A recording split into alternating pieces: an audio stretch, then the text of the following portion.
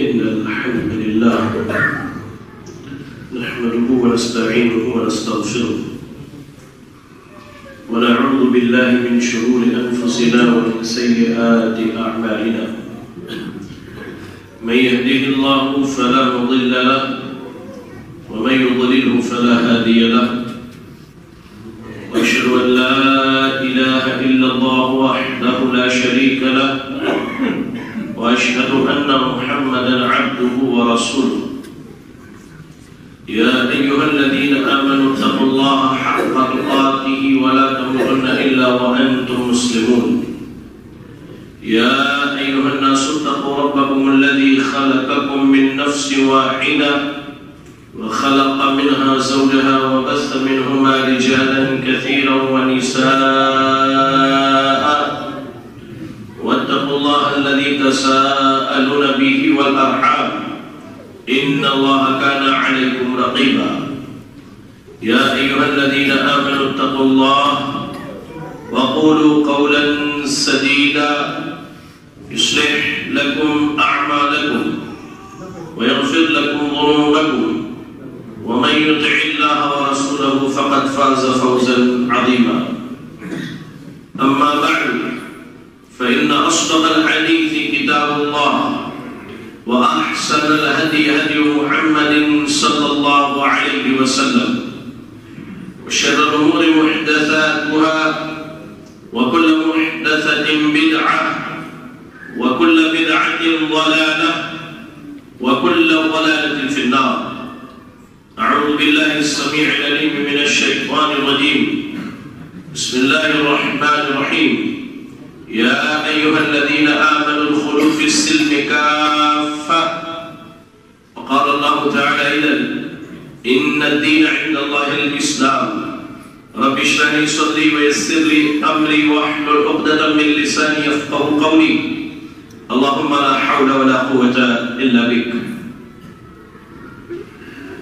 تمام قسم کی تعریفات، ہر طرح کی حمد و ثنا، ہر قسم کی بڑائی، بزرگی، کبریائی اللہ رب العالمین کے لیے ہیں، جو اللہ تعالیٰ اپنی ذات، اپنے تمام تر نام و صفات اور اپنی تمام تر عبادات میں یکتا ہے، اکیلا ہے، تنہا ہے۔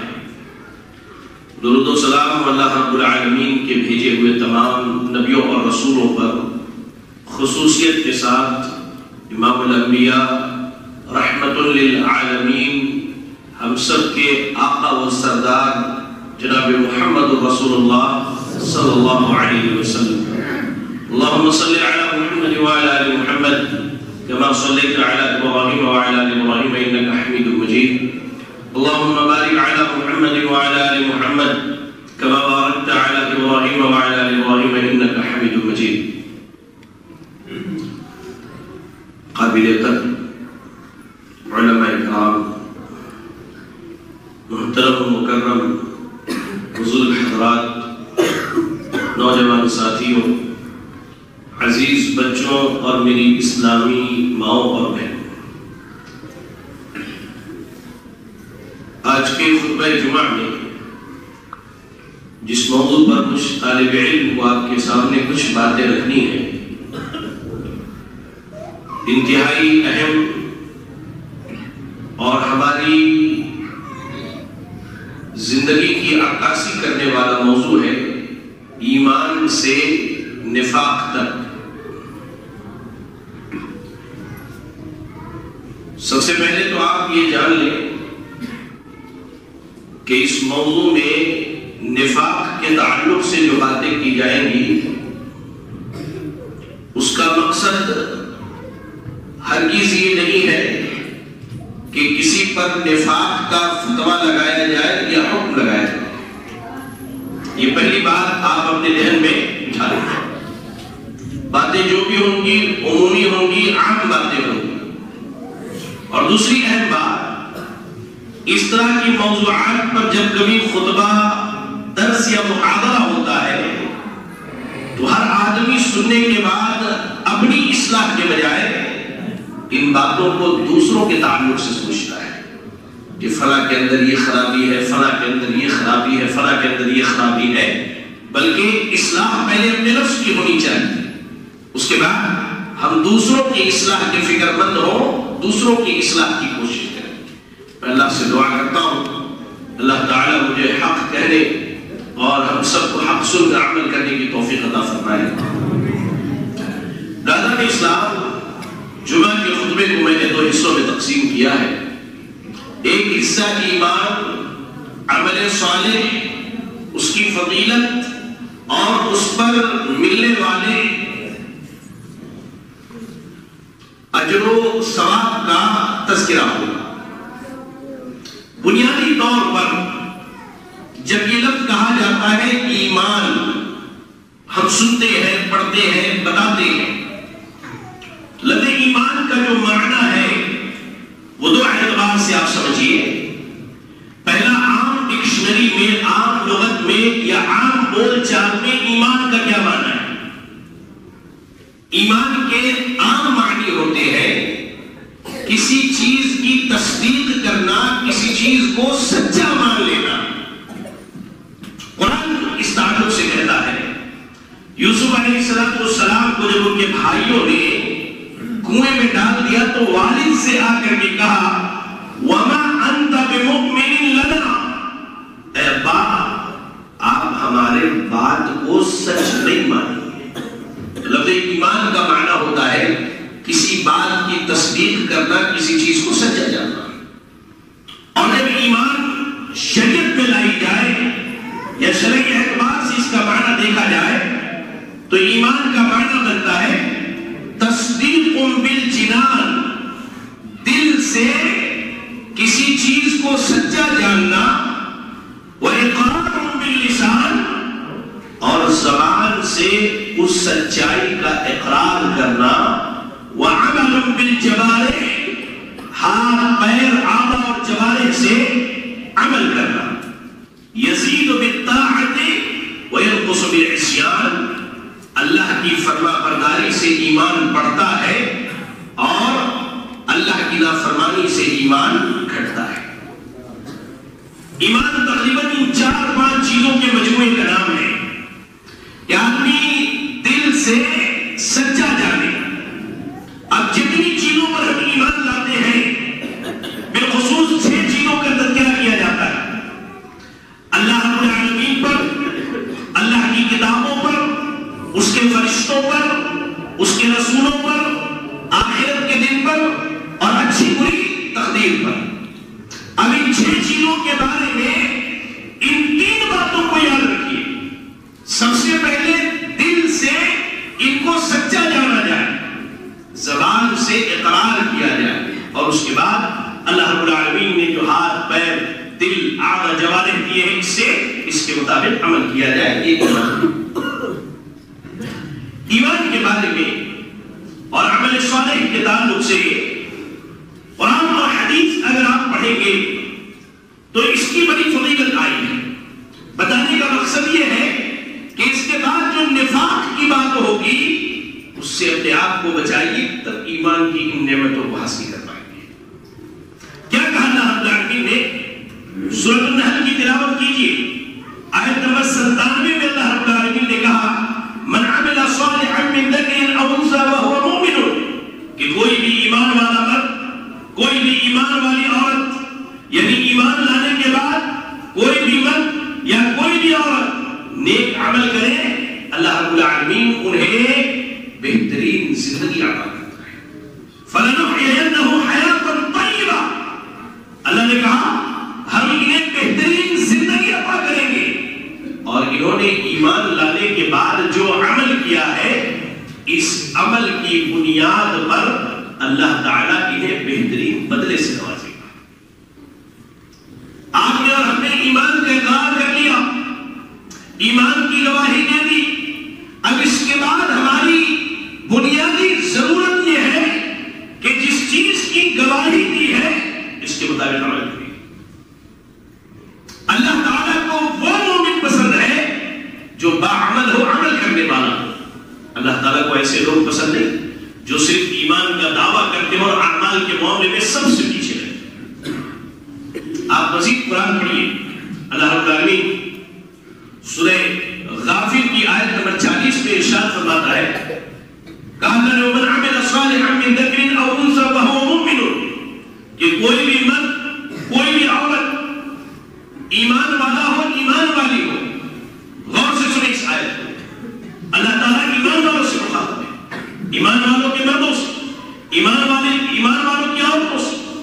اللہ نے کہا ہے ایمان والے مردوں کی جماعت, اے ایمان والی عورتوں کی جماعت, تم ایمان لانے کے بعد اگر نیک عمل کرتے ہو فَأُولَٰئِكَ يَدْخُلُونَ الْجَنَّةَ اللہ تعالیٰ ان کو جنت کے اندر جگہ دے گا. ایمان لانے کے بعد ایمان پر قائم رہنا اور اس کے مطابق عمل کرنا یہ اس بات کی ضامن ہے اور اس بات کی یہ ضمانت دے رہی ہے کہ اللہ تعالیٰ جنت کے اندر جگہ دے گا. اور کہا وَيُرْزَقُونَ بِغَيْرِ حِسَابٍ اور اللہ رب العالمین انہیں بلا حساب کے رزق عطا کرے. میرے بھائی, میرے بزرگوں اور میری ماں اور بہن, ایمان کے بعد اگر کوئی عمل کرتا ہو اور اس کے ایمان میں منافقت نہ پائی جائے اور وہ ایمان پر ٹکا ہے, جمع ہے, کلمہ لا الہ الا اللہ کی گواہی کے بعد شرک سے, کفر سے, نفاق سے اپنے آپ کو بچا لے تو اللہ رب العالمین اسے جنت کے اندر جو نعمتیں دے گا ان میں سے ایک نعمت کا صرف تذکرہ کرتا ہوں آپ کے سامنے.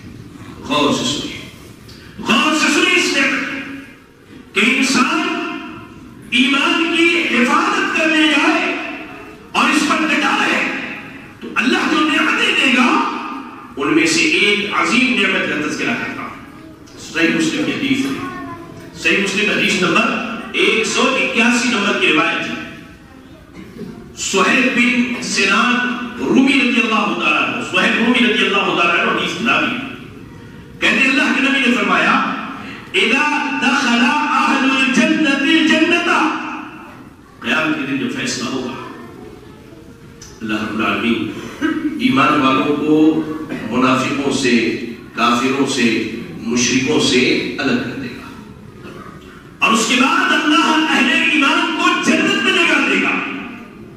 اذا دخل اہل الجنت الجنہ جب ایمان والے مرد اور ایمان والی عورتیں جنت میں داخل کر دیے جائیں گے. دعا کیجئے, اللہ سے دعا کیجئے اللہ ہمیں اور آپ کو جنت میں جگہ عطا فرمائے, آمین. کہا کہ جب جنت میں جگہ دے دی جائے گی تو اللہ تعالی اہل جنت سے بات کرے گا.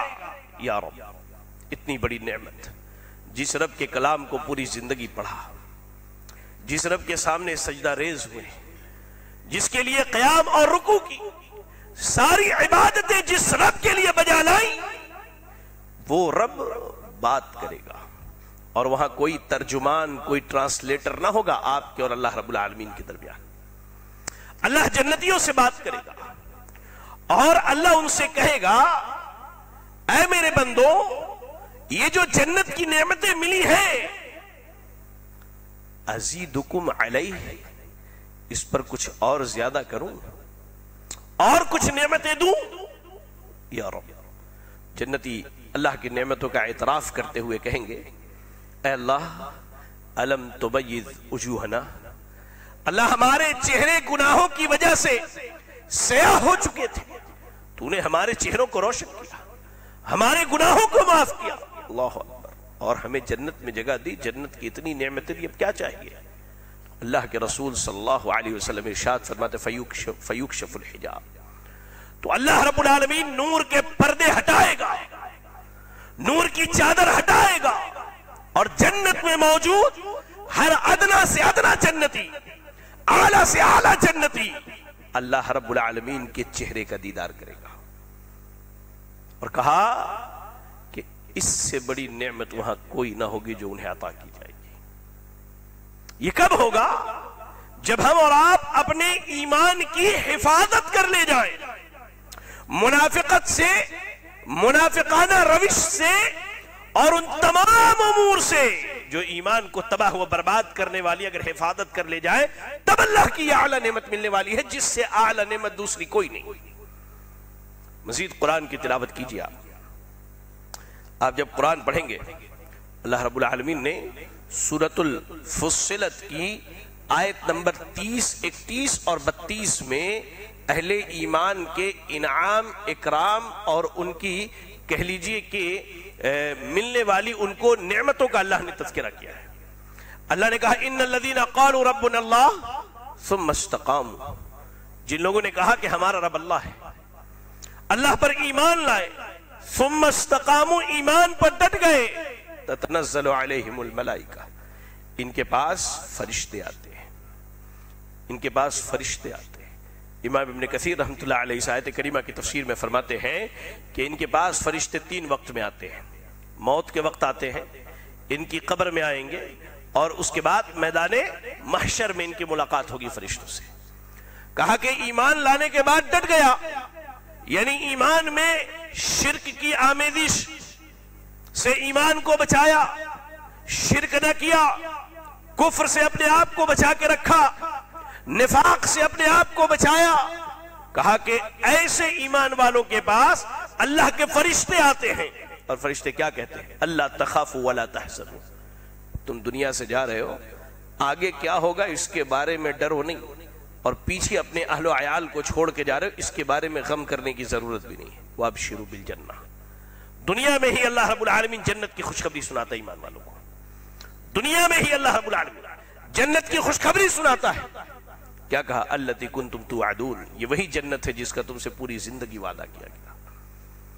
نحن اولیاؤکم فی الحیات الدنیا وفی الآخرہ، اللہ رب العالمین کہہ رہا ہے کہ اللہ رب العالمین یا اللہ کے فرشتے ایمان والوں کے دنیا اور دنیا کے علاوہ بھی دوست ہیں، دنیا کے علاوہ آخرت کے دن، دنیا میں بھی دوست ہے، آخرت میں بھی دوست ہے۔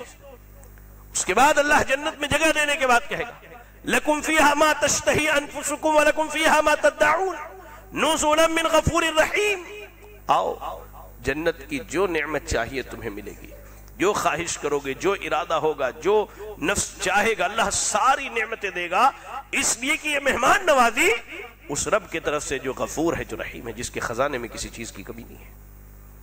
یاد رکھیں، یہ ایمان جو اللہ رب العالمین نے دی ہے، یہ دنیا کی سب سے عظیم نعمت ہے، سب سے عظیم۔ آپ قرآن پڑھیں گے تو آپ کو ایک بات معلوم ہوگا کہ اللہ تعالیٰ نے ہمیں جتنی نعمتیں دی ہیں، ان میں سے کسی نعمت پر اللہ نے احسان نہیں جتلایا ہے سوائے ایمان کے اور محمد رسول اللہ صلی اللہ علیہ وسلم کے۔ دیہات کے کچھ لوگ ایمان لے آئے، لانے کے بعد اللہ کے نبی صلی اللہ علیہ وسلم پر احسان جتانے لگے کہ اے نبی، آپ کے یہ جو ساتھی ہیں یہ لڑ کر کے جنگ کرنے کے بعد مسلمان ہوئے ہیں، ہم تو بغیر لڑے مسلمان ہو گئے۔ اللہ نے کہا یمنون علیک ان اسلموا، یہ احسان جتاتے ہیں کہ اللہ یہ ایمان لے آئے ہیں، اسلام لے آئے۔ قل لا تمنوا علی اسلامکم، کہا کہ ان کو کہو کہ تم احسان نہ جتاؤ، بل اللہ یمن علیکم ان ہداکم للایمان، احسان تو اللہ کا ہے کہ اس نے تمہیں ایمان کی اور اسلام کی ہدایت دی ہے۔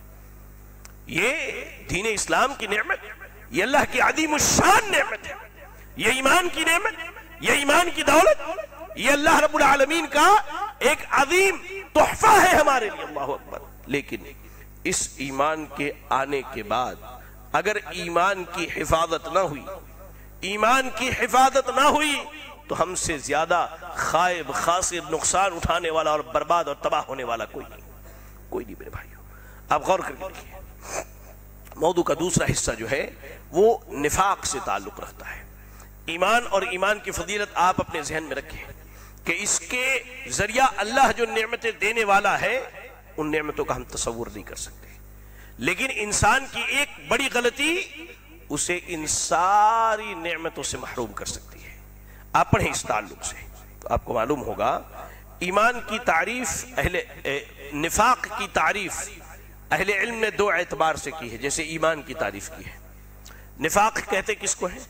کہا کہ لفظ نفاق جو ہے یہ نافقہ ینافق کا مصدر ہے، جس کے معنی ہوتے ہیں چوہا جو بل بناتا ہے اس میں اپنے لیے ایک خاص سوراخ بنا کے رکھتا ہے کہ کوئی مصیبت یہاں سے آئے تو ادھر سے نکل کے چلا جائے۔ اس کو عربی میں نفاق کہا جاتا ہے، اور شرعی اعتبار سے نفاق سے لفظ منافق بنا ہے۔ منافق کے معنی ہوتے ہیں ایسا آدمی جو اسلام کا اظہار کرے، اسلام کا اقرار کرے، ظاہری طور پر، پوشیدہ طور پر اس کے دل کے اندر شرک، کفر جو ہے چھپا ہوا ہو، شرک اور کفر چھپا ہو، اس آدمی کو منافق اس لیے کہتے ہیں کہ زبان کے دروازے سے یہ اسلام میں داخل ہوتا ہے اور دل کے دروازے سے اسلام سے باہر نکل جاتا ہے، بالکل اس چوہے کی طرح جو مصیبت آتی ہے تو اس دروازے کو چھوڑ کر اس دروازے سے نکل جاتا ہے، اسی لیے ایسے شخص کو منافق کہا جاتا ہے۔ اب آپ نفاق کی تفصیل میں جائیں تو اہل علم نے، بالخصوص امام ابن القیم رحمۃ اللہ علیہ نے اپنی شہرت آفاق کتاب مدارج السالکین کے اندر نفاق کی دو قسمیں بیان کی ہیں۔ پہلی قسم جسے نفاق اعتقادی کہتے ہیں، نفاق اعتقادی، اس کا معنی کیا ہے؟ یہ نفاق اکبر ہے، اگر آدمی اس میں پڑ جائے تو پھر اسلام سے خارج ہو جاتا ہے۔ اس کا معنی کیا ہے کہ آدمی ظاہری طور پر مسلمان ہو اور باطنی طور پر کفر کو چھپائے ہوا ہو، کفر اور شرک کو چھپائے ہوا ہو، جیسے مدینے کے اندر جو منافقین تھے جن کا سردار عبداللہ ابن ابی ابن سلول ہے، اس کے بارے میں ہم نے قرآنی آیات اور احادیث رسول پڑھی ہے، سنی ہے۔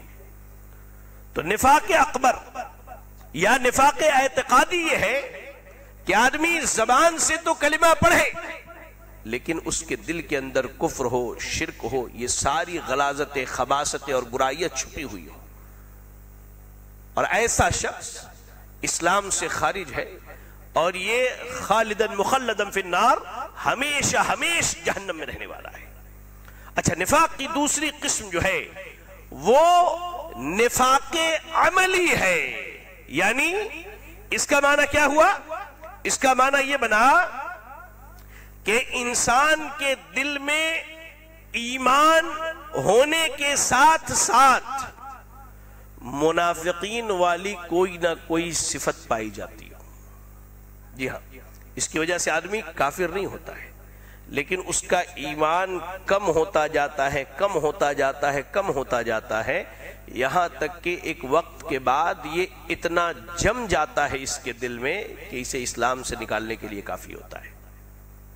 بنیادی طور پہ یہ بات آپ اپنے سمجھ سکیں، اور بار بار بار بار ان چیزوں پر اصرار کرنے کی وجہ سے اہل علم کہتے ہیں کہ یہ آدمی اللہ رب العالمین کے ہاں منافقین کے صف میں شامل ہو جاتا ہے۔ نفاق عمل، عمل میں نفاق کا پایا جانا، جی ہاں، اس کی وجہ سے آدمی اسلام سے خارج نہیں ہوتا ہے۔ ہاں، توبہ کر لے، اللہ کی طرف پلٹ آئے تو ٹھیک ہے، نہ پلٹے، اسی روش پر اور اسی حال میں زندگی گزارتا رہے، ایک وقت کے بعد وہ نفاق اکبر میں چلا جاتا ہے، نفاق اعتقادی میں چلا جاتا ہے اور وہ اسلام سے خارج ہو جاتا ہے۔ میرے بھائیوں اور میرے بزرگوں، نفاق کا مسئلہ کوئی آسان سا مسئلہ نہیں ہے۔ آج ہمارے یہاں اس پر تو توجہ ہی نہیں دی جاتی، یا اس پر ہم بات کرنا گوارا ہی نہیں کرتے، اور کرتے بھی ہیں تو کیا کرتے ہیں؟ فلاں منافق ہے، یہ منافق ہے، وہ منافق ہے، اس طرح کی باتیں ہوتی ہیں۔ پہلے اپنے نفس کا جائزہ لیجئے۔ امام بخاری رحمۃ اللہ علیہ نے صحیح بخاری کے اندر تعلیقاً ایک روایت نقل کی ہے، ابن ابی ملیکہ، یہ تابعی ہیں، بہت پائے کے تابعی ہیں، کہتے ہیں ادرکت 30 من اصحاب النبی کلہم یخافون النفاق علی نفسہ، کہتے ہیں کہ میں 30 صحابہ سے میں نے ملاقات کی، ادرکت 30 من اصحاب النبی، ابن ابی ملیکہ کہتے ہیں میں نے 30 صحابہ سے ملاقات کی ہے، 30 صحابہ سے، اور ہر صحابی اپنے نفس کے بارے میں نفاق سے ڈرتا تھا، وہ اس بات سے ڈرتا تھا کہ کہیں وہ نفاق میں نہ پڑ جائے۔ اس کی شرح کرتے ہوئے فتح الباری کے اندر حافظ ابن کثیر رحمۃ اللہ، حافظ ابن حجر العسقلانی رحمۃ اللہ علیہ فرماتے ہیں اس کا ہرگز یہ معنی نہیں ہے کہ وہ نفاق میں تھے، بلکہ ان کا تقوی، ان کی پرہیزگاری، ان کا زہد، اللہ سے لگاؤ، اللہ کے دین پر عمل کرنا بار بار انہیں یاد دلاتا تھا کہ اعمال سے غفلت برت کے کہیں نفاق میں نہ پڑ جائے۔ یہ آپ غور کیجئے اس چیز پر، ہمیں کہ ہر آدمی اپنے نفس کی فکر کرے، کہیں وہ نفاق میں تو نہیں جی رہا ہے، کہیں وہ نفاق عملی میں تو زندگی نہیں گزار رہا ہے؟ اللہ، آپ غور کر کے دیکھیں. میں آپ کو منافقین کی چند علامات قرآن و حدیث کی روشنی میں بتاتا ہوں. ہم میں کا ہر آدمی دوسروں کے بجائے اپنے نفس کا جائزہ لے کہ وہ اس پر ہے یا نہیں ہے. سب سے پہلی حدیث پڑھیں آپ سے، بخاری سے مسلم کی روایت ہے. عبداللہ ابن عمرو ابن عاص رضی اللہ تعالیٰ عنہ حدیث کے راوی ہے. کہا اربعون من کن فیہ کان منافقا خالصا. اللہ اکبر. کہا کہ 4 باتیں ایسی ہیں جس کے اندر پائی گئیں، اللہ کے نبی نے کہا کہ وہ پکا خالص منافق ہے. اور 4 میں سے کوئی ایک بات پائی گئی تو اس کے اندر منافقوں کی صفات میں سے ایک صفت پائی جاتی ہے. اس حدیث کو یوں ہی پڑھ کے گزر جاتے ہیں، کان سے سن کے گزار دیتے ہیں. کبھی دل کے دروازے کھول کے دیکھیے، ایسا نہ ہو کہ اللہ کے سامنے جب ہم جائیں تو اللہ تعالیٰ اٹھا کر کے ہمیں اور آپ کو عبداللہ ابن ابی ابن سلول کے ساتھیوں کے صف میں کھڑا کر دے. بہت گہرا مسئلہ ہے اور بہت اہم چیز ہے. یہ غور کرنے کی چیز ہے. اللہ کے نبی نے کہا کہ یہ 4 باتیں جس کے اندر ہوں گی وہ پکا منافق ہوگا. یہ میری اپنی بات نہیں، یہ اللہ کے رسول کی بات ہے. اور اللہ کے رسول کی زبان سے حق کے علاوہ کچھ نہیں نکلتا، کچھ نہیں نکلتا حق کے علاوہ. اور اللہ کے نبی اس وقت تک نہیں کہتے جب تک اللہ تعالیٰ کہنے کا حکم نہیں دیتا. کیا کہا کہ جس کے اندر یہ 4 باتیں پائی گئی، 4 باتیں پائی گئی وہ پکا منافق ہے. اور ان 4 میں سے کوئی ایک بات پائی گئی تو اس کے اندر منافقوں والی صفت پائی جاتی ہے، یہاں تک کہ وہ توبہ کر لے یا چھوڑ دے. کہا اذا اؤتمن خانا، جب اسے امانت دی جائے تو وہ خیانت کرے. اس کی سینکڑوں مثالیں سماج کے اندر موجود ہیں. ماں باپ کے مرنے کے بعد جائیداد وراثت یہ بڑے بھائی کے کاندھے پر امانت ہے کہ اپنے چھوٹوں کا پورا پورا حق ادا کرے. آج ہماری اکثریت اپنے چھوٹوں کا حق مار کے بیٹھی ہوئی ہے. معذرت کے ساتھ مجھے یہاں کے حالات نہیں معلوم، نہ میں یہاں کسی کو جانتا ہوں 2-4 لوگوں کے اور شیخ کے علاوہ، لیکن یہ حقیقت ہے. اللہ نے امانت دی. ماں باپ کی وفات کے بعد وراثت کے مال کی صورت میں اکثریت اس امانت میں خیانت کا شکار ہے. اور بہنوں کو تو یہ کہہ کے ٹال دیا جاتا ہے کہ تمہاری شادی پر ہم نے جہیز دیا تھا، اتنا مال خرچہ. تم کو کس نے کہا تھا؟ کس نے کہا تھا؟ اللہ اکبر، کس نے کہا تھا؟ اور چھوٹے بھائیوں کو یہ کہہ کے ٹہلایا جاتا ہے کہ ابا کی زندگی میں بڑا تھا، میں نے کما کے دیا ہے. آپ کے علم میں اضافے کے لیے کہہ دوں، باپ کی زندگی میں کمائی ہوئی کمایا ہوا آپ کا مال وہ آپ کے باپ کا مال ہے. اس میں آپ کے سارے بھائیوں کا حق ہے اگر آپ نے اپنے باپ کی زندگی میں کما کر کے دیا ہے.